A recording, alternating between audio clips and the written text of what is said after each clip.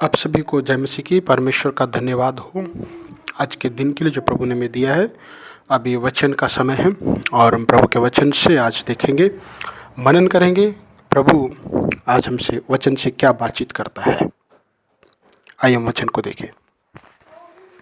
उसका कितना अध्याय 1 और वचन 14 और 15 वचन।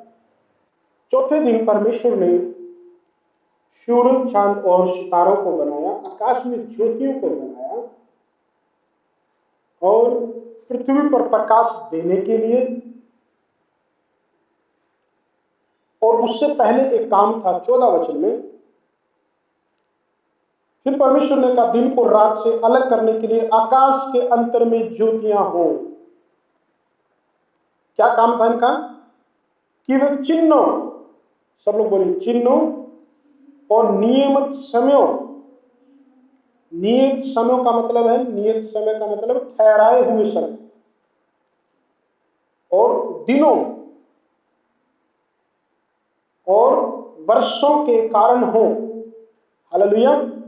सो हमारे जो दिन और हमारे जो समय, महीने, साल, चिन्ह जो ठहराए गए हैं, ये कौन बताता है? सूरज, चांद और तारे, ये टाइम को बताते हैं। हालेलुया। इनका यही काम है। दो काम प्रभु ने इनको दिया, समय और पृथ्वी पर प्रकाश देना, और इसका कोई और उद्देश्य नहीं है। यही है पूरा निचोड़। जो समझने वाले लोग हैं एक ही वचन में समझ जाएं, अगर नहीं समझ पकड़ नहीं पा रही बात को तो पूरा वचन जरूर सुनिए। तो इसलिए प्रभु का वचन जो हमें बताता है कि सूर्य ग्रहण से हमें डरने की आवश्यकता नहीं है। दुनिया में कुछ भी हो रहा हो, हजारों हजारों सालों बार, हजारों बार सूर्य ग्रहण हो चुका है और आज फिर बोला है कि पृथ्वी खत्म हो जाएगी, है ना, सब कुछ प्रलय आ जाएगा, फलाना ढिमकाना। और फिर अभी पिछले जो है अप्रैल में बोला गया था 29 अप्रैल को सब कुछ खत्म हो जाएगा, 2012 में खत्म हो जाएगा, 2000 में खत्म हो जाएगा। वो पता नहीं कब कब कब कब दुनिया से ही चलती आ रही है, ये कभी ऐसे समाप्त नहीं होगा, क्योंकि टाइम इनका अभी नहीं आया है।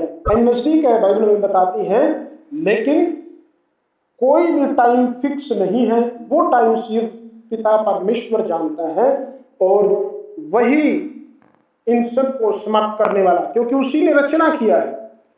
तो इसलिए सब कुछ प्रभु की इच्छा के अनुसार चलता रहेगा।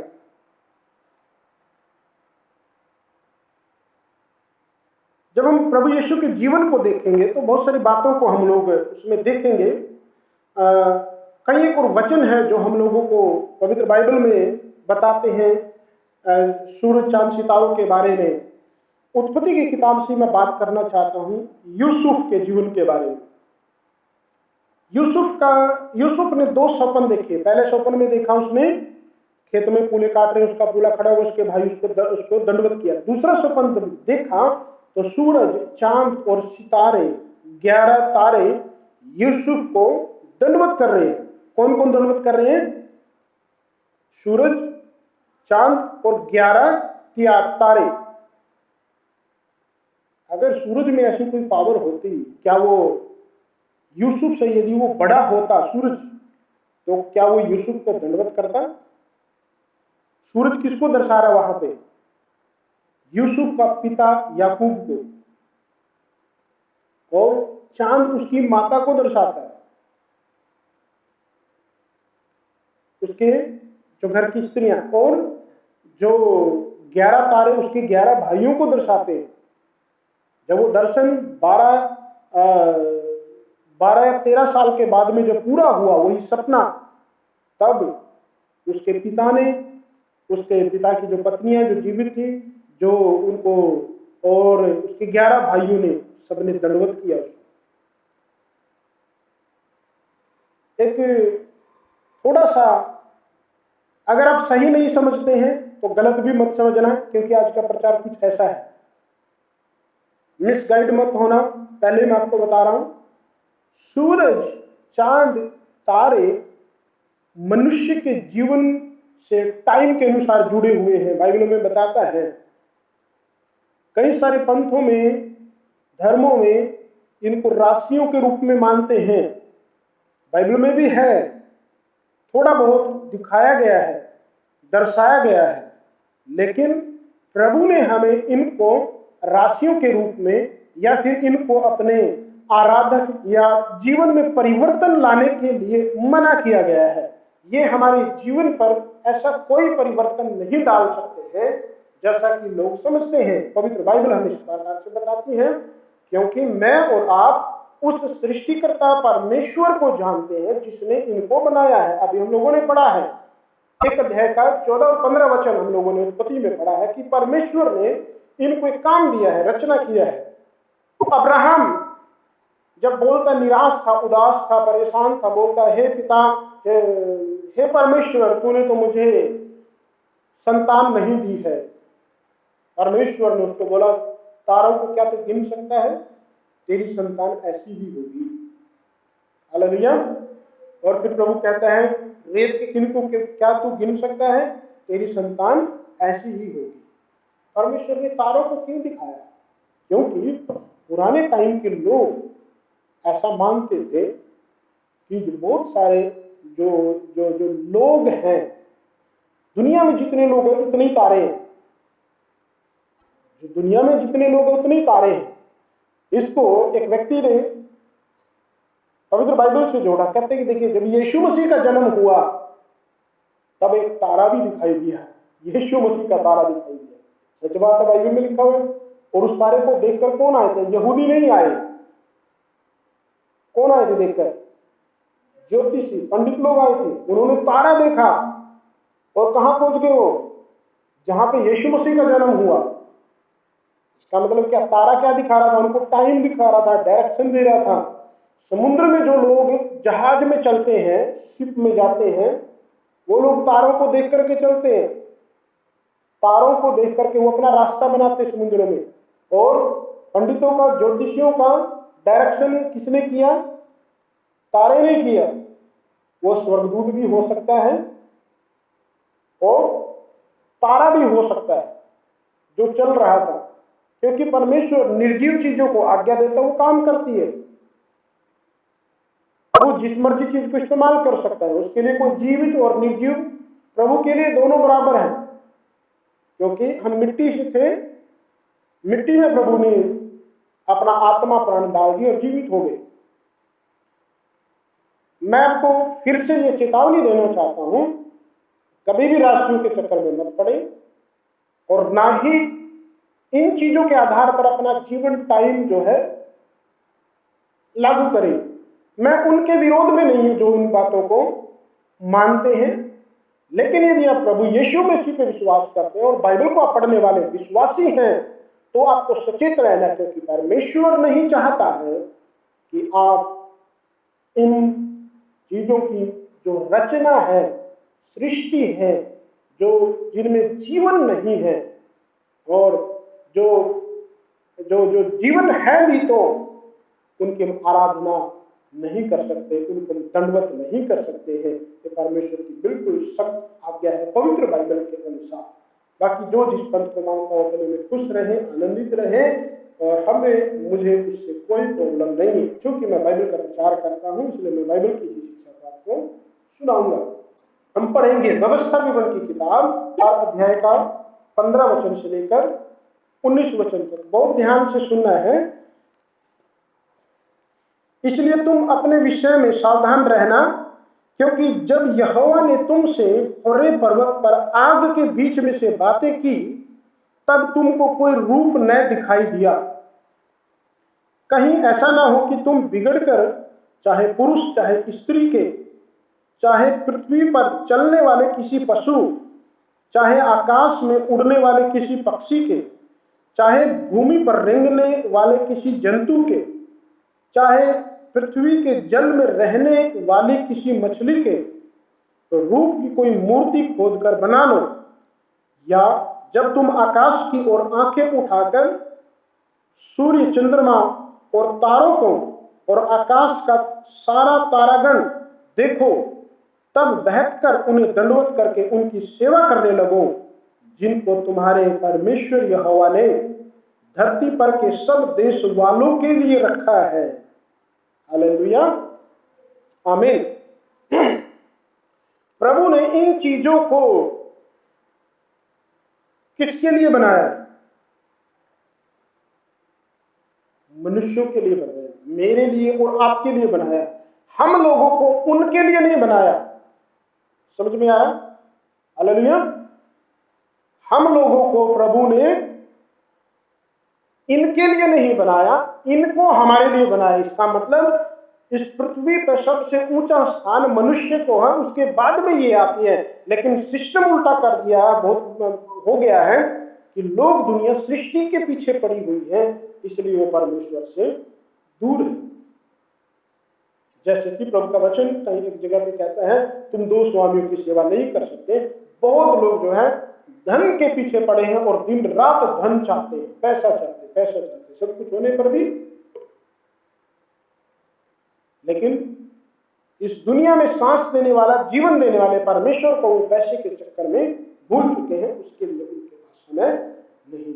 हमें पैसे कमाने के लिए प्रभु ने नहीं भेजा इस दुनिया में, हमें परमेश्वर की महिमा करने के लिए भेजा है इस दुनिया में परमेश्वर ने। तो हमें उसी का खोज करना, उसी का पालन करना है। इसलिए यहाँ पर समझ में आता, आकाश का कोई भी गण, कोई भी पृथ्वी पर, समुद्र में, पृथ्वी के ऊपर जो भी दिखाई देता है, किसी को भी हम दंडवत नहीं कर सकते। ये प्रभु परमेश्वर की आज्ञा है। क्योंकि परमेश्वर ने जब मूसा को दर्शन दिया था पहाड़ पर, तो उसको कोई रूप नहीं दिखाई दिया, आग दिखाई दी। आग के बीच में से परमेश्वर ने बातें की। और प्रभु का वचन जो हम लोगों को बताता है, इज़ेकिएल नबी की किताब 32 अध्याय 7 और 8 वचन, देखिए इस प्रकार से कहता है। ये ग्रहण कौन लगाता है पता आपको? परमेश्वर लगाता है। वचन कहता है, जिस समय मैं तुझे मिटाने लगूं, उस समय मैं आकाश को ढांपूंगा और तारों को धुंधला कर दूंगा। मैं सूर्य को बादल में छिपाऊंगा और चंद्रमा अपना प्रकाश न देगा। आकाश में जितनी प्रकाशमान ज्योतियां हैं, उन सब को मैं तेरे कारण धुंधला कर दूंगा और तेरे देश में अंधकार कर दूंगा। परमेश्वर यहोवा की यही वाणी है। इसी कारण लोग डरते हैं कि दिन में चमकने वाला सूरज, ज्योति देने वाला सूरज अंधकार में कैसे हो जाता है, उसकी रोशनी धुंधली क्यों पड़ जाती है। ये परमेश्वर का चिन्ह है आसमान में कि देखो और परमेश्वर का भय मानो। सूरज से नहीं डरना, ग्रहण से नहीं डरना। जो ग्रहण लगाने वाला है और जो परमेश्वर सूरज को बनाने वाला है, उससे डरना है। क्योंकि यही परमेश्वर एक दंड के रूप में करता है कि आने वाला एक भयानक समय आने वाला है। इसका मतलब ये होता है विपत्तियां, शैतान के काम और बहुत सारी बातें हो सकती है। इसलिए बाइबल कहती है उत्पत्ति की किताब में 1 अध्याय का 14 वचन में, ये चिन्ह है।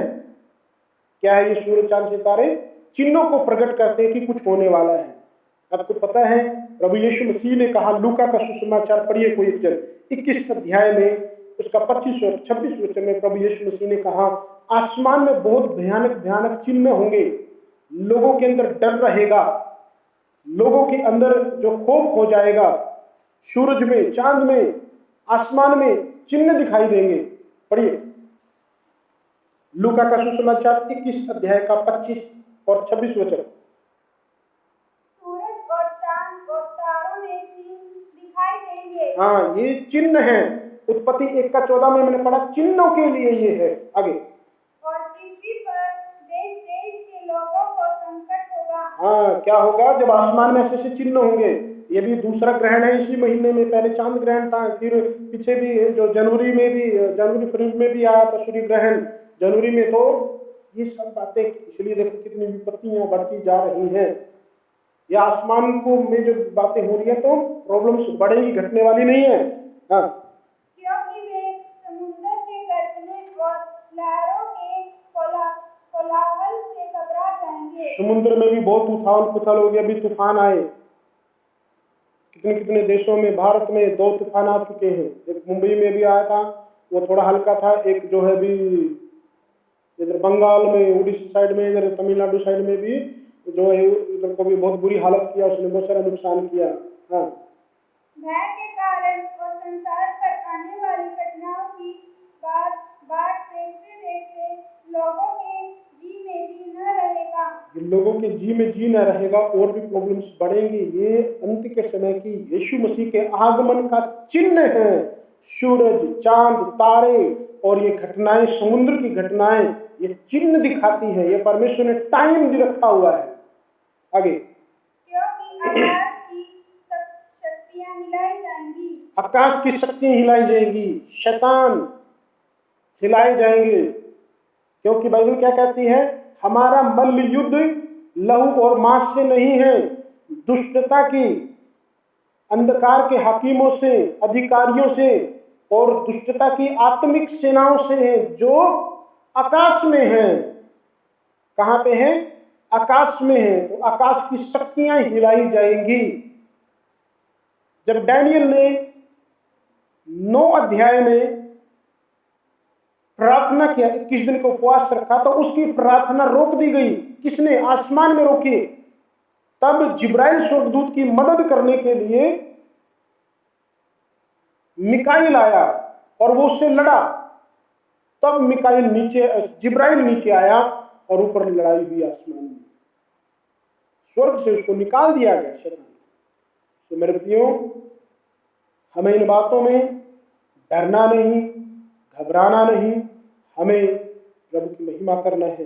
क्योंकि ये सब बातें होती जाएंगी, बढ़ती जाएंगी और होती जाएंगी। इसलिए आगे लिखा हुआ है, पढ़ेंगे तो हमें और भी पता लगेगा हम लोगों को। पढ़िए 27वें चलिए। तब वे मनुष्य के पुत्र को सामर्थ्य और बड़ी महिमा के साथ बादल पर आते देखेंगे। हाँ, ये प्रभु यीशु मसीह के आने के चिन्ह तब देखेंगे। इसका मतलब ये अभी तो कलीसिया भी उठाई नहीं दी है। ये बहुत बहुत जो है कि शुरुआत अंत की, कलीस की, और ये बढ़ते जा रहे हैं। हम उसमें कलीस में प्रवेश कर चुके हैं लगभग। अंत के दिनों में हम लोग जी रहे हैं। हमें करना क्या उस समय में? 28 वचन बताता है मसीह लोगों को, सच्चे विश्वासियों को क्या करना है। जब ये बातें होने लगे तो सीधे हो जाना से, बिल्कुल अपने सिर ऊपर उठाना, अपने सिर ऊपर उठाना, स्वर्ग की ओर, परमेश्वर की ओर देखना, क्योंकि तुम्हारा छुटकारा निकट होगा। हालेलुया, तुम्हारा छुटकारा निकट होगा। दुनिया को, लोगों को कलेश होगा। हमारे पास यही एक उम्मीद है, यही एक होप है, यही एक आस है कि ये दुनिया, ये पृथ्वी हमारा घर नहीं है। यहाँ से हमें जाना है। हमारा प्रभु जल्दी हमें लेने के लिए आने वाला है। Are you ready? क्या आप तैयार हैं स्वर्ग में जाने के लिए?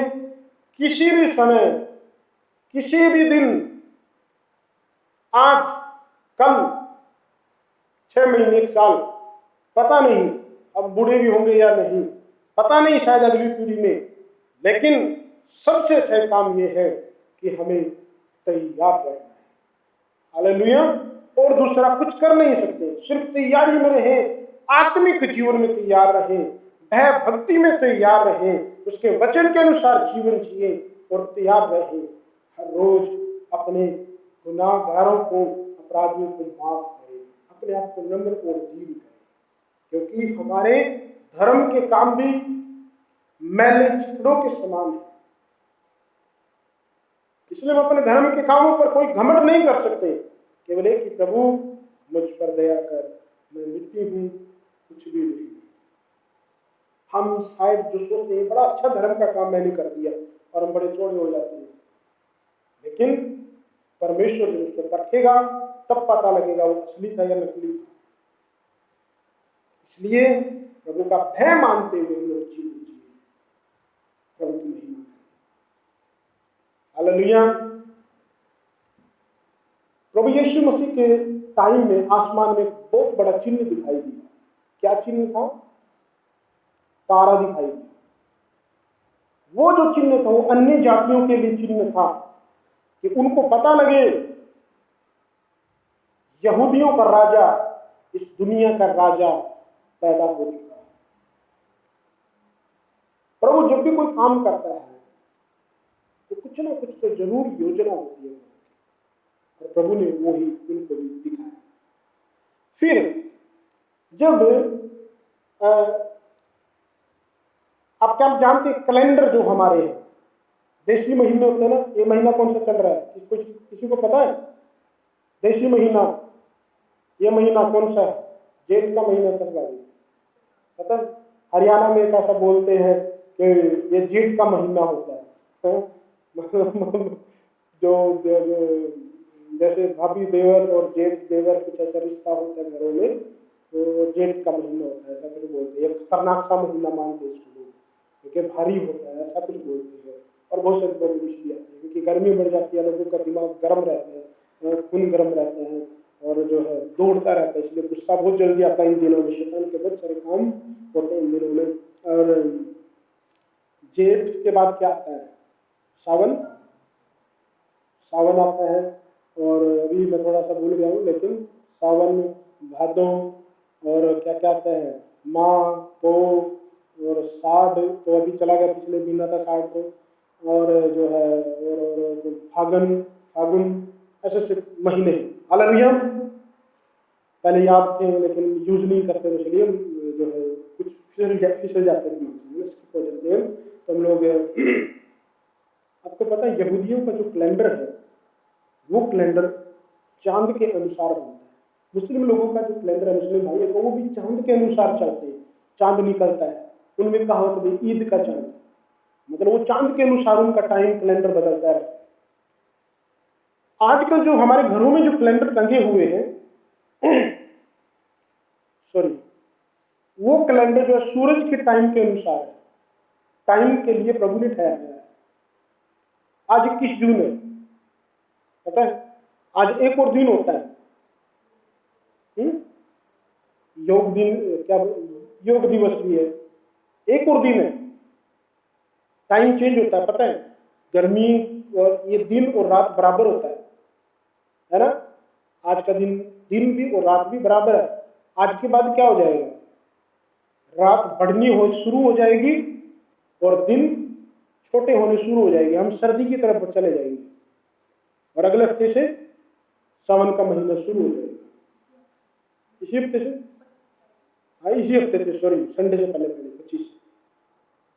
बहुत सारा मत, मैं आपको ये बात बताना चाहता हूँ, ये सब टाइम के लिए ठहराया गया है। इसलिए जब इनमें चिन्ह दिखाई दे तो टाइम चेंज हो रहा है। कैलेंडरों पर ध्यान करेंगे तो ये सूरज चांद के अनुसार ठहराए गए। हालेलुया। इसीलिए बहुत सारे लोग जब शादी करनी होती है, जब कुछ खास प्रोग्राम होता है, तो मुहूर्त निकलवाने जाते हैं, बहुत सारे काम करते हैं। टाइम कभी खराब तो नहीं चल रहा, ग्रह खराब तो नहीं चल रहा, लेकिन जिस व्यक्ति का जीवन प्रभु के साथ ठीक है उसका सब कुछ ठीक है। हालेलुया।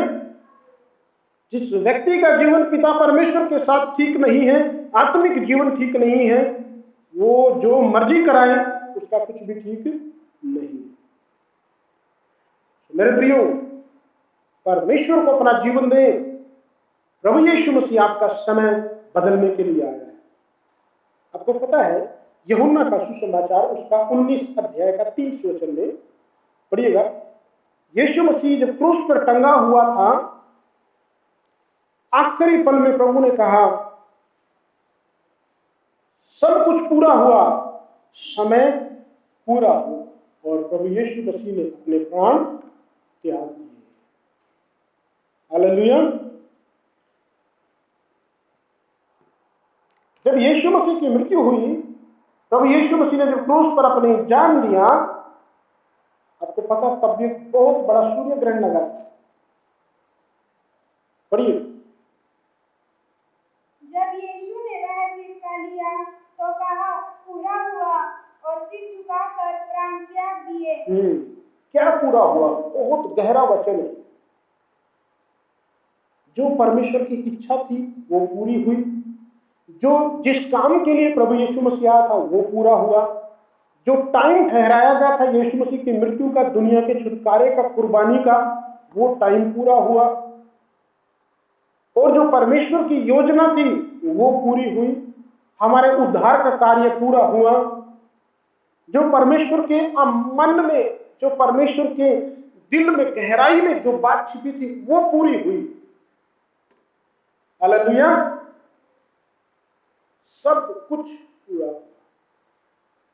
दिन के तीसरे पहर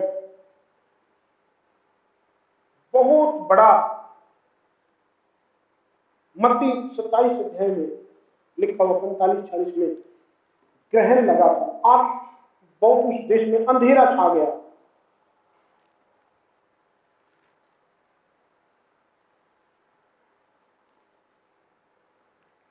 मत्ती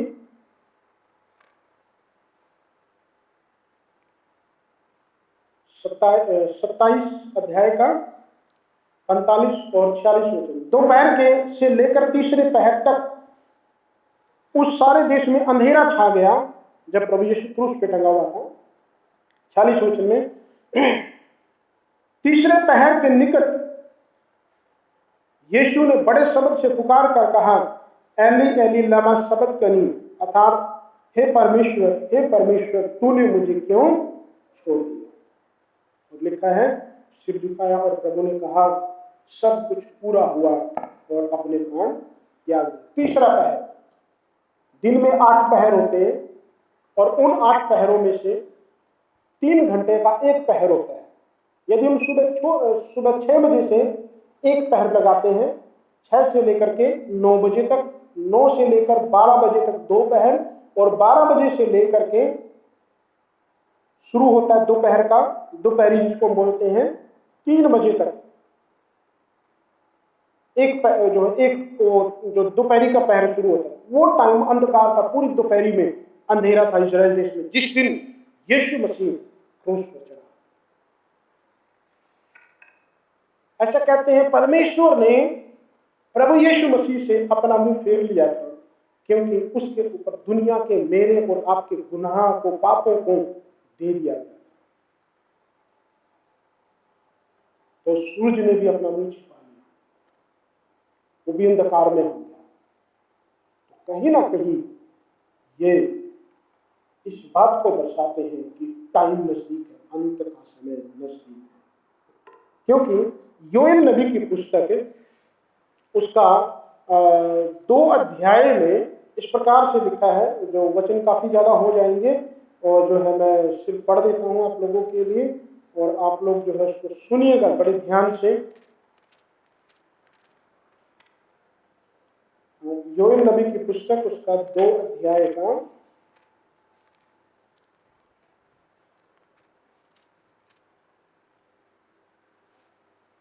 2 अध्याय का 30 वचन से लेकर के 30 और 32 वचन तक मैं पढ़ देता हूँ। इसको पढ़ने के बाद में हम लोग थोड़ा सा जल्दी से आगे जाएंगे। कोई पानी देगा? मैं आकाश में और पृथ्वी पर चमत्कार और लहू, आग और धुएं के खंभे दिखाऊंगा। यहोवा के उस बड़े और भयानक दिन के आने से पहले सूर्य अंधियारा होगा और चंद्रमा रक्त का सा हो जाएगा। पिछले दिनों में चांद लाल हो गया था, इसी महीने में लाल, पिंक कलर का हो गया था, लाल हो गया था। वैसे ही ये जो है चिन्ह है बड़े और भयानक दिन के आने का, परमेश्वर के। उस समय जो कोई यहोवा से प्रार्थना करेगा, हालेलुया, उस समय जो कोई यहोवा से प्रार्थना करेगा वह छुटकारा पाएगा। यहोवा के वचन के अनुसार सिय्योन पर्वत पर और यरूशलेम में जिन बचे हुओं को यहोवा बुलाएगा वे उद्धार पाएंगे। प्रभु के पास आए, प्रभु यहोवा से प्रार्थना करें, परमेश्वर आपको बचाएगा। ये बहुत भयानक दिन के, प्रभु यीशु के आगमन के चिन्ह है। हालेलुया। यीशु मसीह जिस दिन क्रूस पर चढ़ा उस दिन भी अंधकार था। आपको, मुझे और हमें किसी से डरने की आवश्यकता नहीं है। जो इस दुनिया में है हमें डरना है तो केवल परमेश्वर से, हमें आराधना करनी है तो केवल परमेश्वर से, हमें दंडवत करना है, हमारे घुटने टिकने हैं केवल परमेश्वर के सामने, प्रभु यीशु मसीह के सामने। और हम लोगों को प्रार्थना करनी है प्रभु यीशु मसीह के सामने। आपको अपना सही टाइम देखना है कि मेरा टाइम कौन सा है, कि कौन सा जो आपको काम करना है किस टाइम में। और सबसे पहले आप घुटने रखें, अपना रिश्ता परमेश्वर के साथ करें, क्योंकि बाइबल में लिखा है जिन जिन राजाओं ने, जिन लोगों ने प्रभु के साथ में अपना समय सही नहीं था, प्रार्थना नहीं थी, वो पापों में गिरे हुए थे, उनका कोई भी काम सफल नहीं होता था। लेकिन जिन जिन लोगों ने प्रार्थना किया, अच्छा रिश्ता प्रभु के साथ रखा, उनका टाइम बहुत अच्छा जाता था। वो युद्धों में विजयी होते थे, आशीषों में बढ़ते थे, आत्मिक उन्नति में बढ़ते थे। हालेलुया। सुसली मेरे प्रियो, ये सब चीजें एक टाइमों को दर्शाती है, लेकिन ये हमारे फ्यूचर को निर्धारित नहीं करती है। इनका हमारे फ्यूचर को निर्धारित करता है प्रभु यीशु मसीह, परमेश्वर, जिसने मुझे और आपको बनाया है। हम एक और वचन पढ़ेंगे, इसके बाद हम प्रार्थना करेंगे और परमेश्वर को धन्यवाद करेंगे। हालेलुया। भजन संहिता 19 अध्याय 1 वचन से लेकर 6 वचन तक, ये जो सृष्टि है, आसमान की और पृथ्वी की सृष्टि, ये परमेश्वर की रचना है। परमेश्वर को, जो परमेश्वर है वो परमेश्वर की बातें करती हैं। ये बहुत ध्यान से पढ़ना और अच्छे से सुनना, सब लोग पढ़ना। आकाश परमेश्वर की महिमा का वर्णन कर रहा है और आकाश मंडल उसकी हस्तकला को प्रकट कर रहा है। दिन में 3 से 3 बातें करता है और रात को रात ज्ञान सिखाती है। न तो कोई बोली है और न कोई भाषा जहाँ उनका शब्द सुनाई नहीं देता है। उनका स्वर सारी पृथ्वी पर गूंज गया है और उनके वचन जगत की छोर तक पहुंच गए हैं। उनमें उसने सूर्य के लिए एक मंडप खड़ा किया है जो दूल्हे के समान अपने महल से निकलता है। वह शूरवीर के समान अपनी दौड़ दौड़ने में हर्षित होता है। वह आकाश के एक सिरे से निकलता है और वह उसके दूसरे सिरे तक चक्कर मारता है और उसकी गति सबको पहुंचती है। आमीन। ये सूर्य का काम है, परमेश्वर इसको ठहराया है। कैसे दौड़ता है? एक एथलीट के दो एक खिलाड़ी के समान दौड़ता है और निकलता है एक सिरे से दूसरे सिरे में जाकर के छुप जाता है। क्या सूर्य घूमता है? हाँ? सूरज घूमता है, चलता है सूरज, लेकिन बाइबल में तो लिखा सूरज चलता है।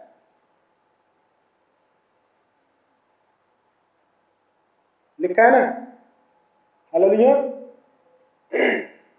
सूरज भी घूमता है, पृथ्वी भी घूमती है। सर्च कर लो गूगल पे, यूट्यूब में। सूरज अपनी चाल के अनुसार घूमता है। कोई भी चीज आकाश में एक जगह स्थिर नहीं है। कोई आकाश गंगा, कोई जो ग्रह प्लैनेट, कोई भी स्थिर नहीं है।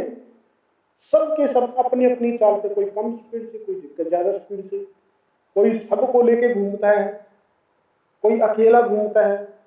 पृथ्वी अकेली भी घूमती है, 2 प्रकार के चक्कर लगते हैं उसको। हालेलुया। सूरज भी वैसे चलता है। सूरज के लिए आपको पता है, असली सूरज जितना हमें दिखाई देता है इतना नहीं है। हालेलुया।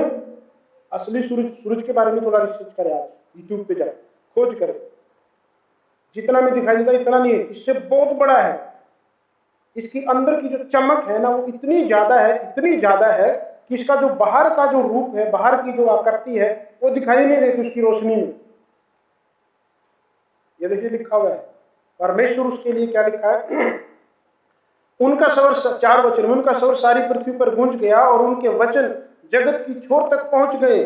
उनमें उसने सूर्य के लिए एक मंडप खड़ा किया। सूर्य के लिए क्या लगाया हुआ है?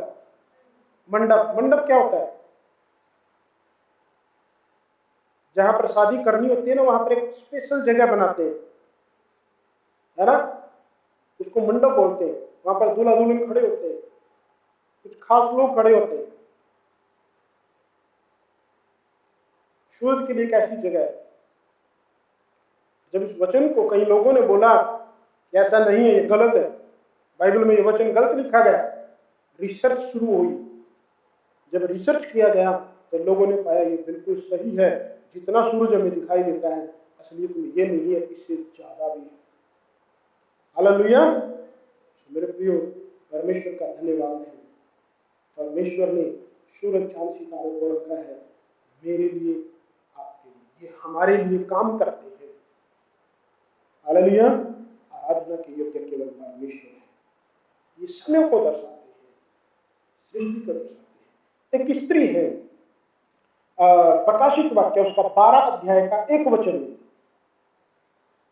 उसमें लिखा है वो स्त्री ने सूरज को ओढ़ रखा है और वो चांद के ऊपर खड़ी है। मैं सोच रहा था अगर इसका आकार प्रकार देखे तो कितनी बड़ी होगी। हालेलुया। वो स्त्री कैसी होगी अगर उसका आकार प्रकार देखें तो हम लोग, लंबाई चौड़ाई, जिसने सूरज को ओढ़ रखा है चद्दर के समान और जिसने चांद पे खड़ी हुई है, ये कौन है? ये इजराइल देश को दर्शाता है, ये कलीसिया को दर्शाता है। वो कलीसिया है।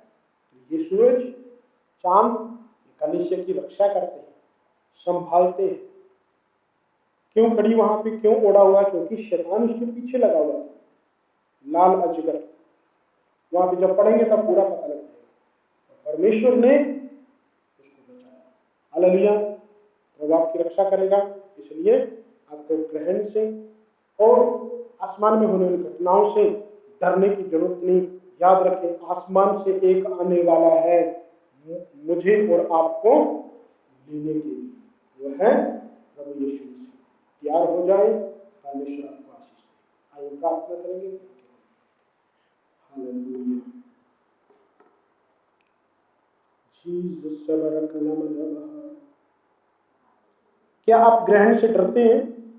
ये नहीं खाना, वो नहीं करना, ऐसा नहीं करना। एक विश्वासी होने के नाते, सच्चे परमेश्वर को, एकमात्र परमेश्वर को मानने वाले होने के नाते आपको डरने की आवश्यकता नहीं है। परमेश्वर ने इनको मेरे और आपके लिए रखा है।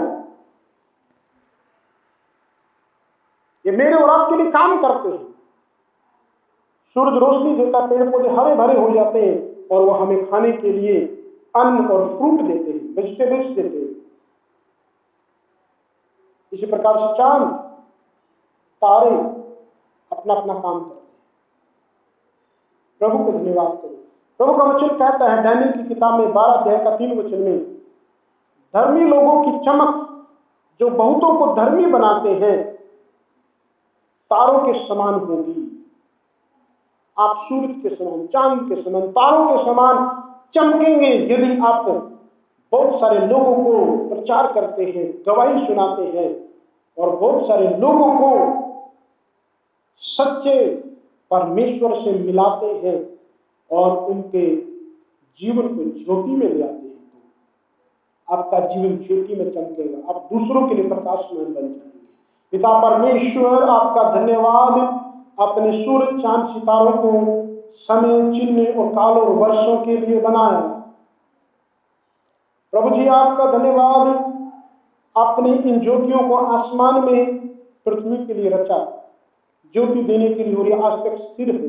ये आपकी इच्छा से है प्रभु, और जब तक आपकी इच्छा नहीं है टल नहीं सकती। एक दिन आएगा जब तू आकाश को लपेट देगा, पृथ्वी सूरज चांद सब खत्म हो जाएंगे। धन्यवाद प्रभु आपके वचनों के भेदों के लिए। जो लोग इन वचनों को सुनते हैं, किसी के जीवन में किसी प्रकार का भय और अंधविश्वास न रहने पाए, प्रभु यीशु के नाम में फ्री हो जाए। हर जल्द होने का भय, हर गड़बड़ी का भय, नुकसान का भय, चिंता का भय खत्म हो जाए। हालेलुया।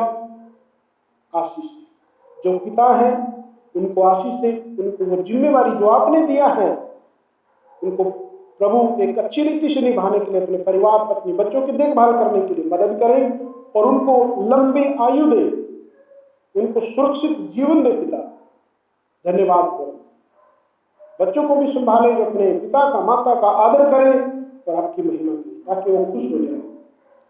क्योंकि प्रभु आपका वचन कहता है मूर्ख का पिता तो निराश होता है, लेकिन बुद्धिमान का पिता आनंदित हो जाता है। ये प्रभु बच्चे बुद्धिमान बने, आपकी महिमा करें। खुदावंद प्रभु आपका धन्यवाद सारी भलाई उपकारों के लिए। आज के वचन के द्वारा आशीष से कोई बीमार है, परेशानी, तकलीफ में, उसको चंगा कर दे। यीशु मसीह के नाम में चंगे हो जाएं। आपका अनुग्रह की दया प्रभु इन पर होने पाए। छू ले मेरे प्रभु, आशीष दे। हालेलुया। धन्यवाद दुआ सुनने के लिए। आदर महिमा आपको देते हैं, धन्यवाद देते हैं, धन्यवाद करते हैं। धन्यवाद आपके लोगों के लिए, धन्यवाद प्रभु यीशु मसीह के नाम से मांगते हैं।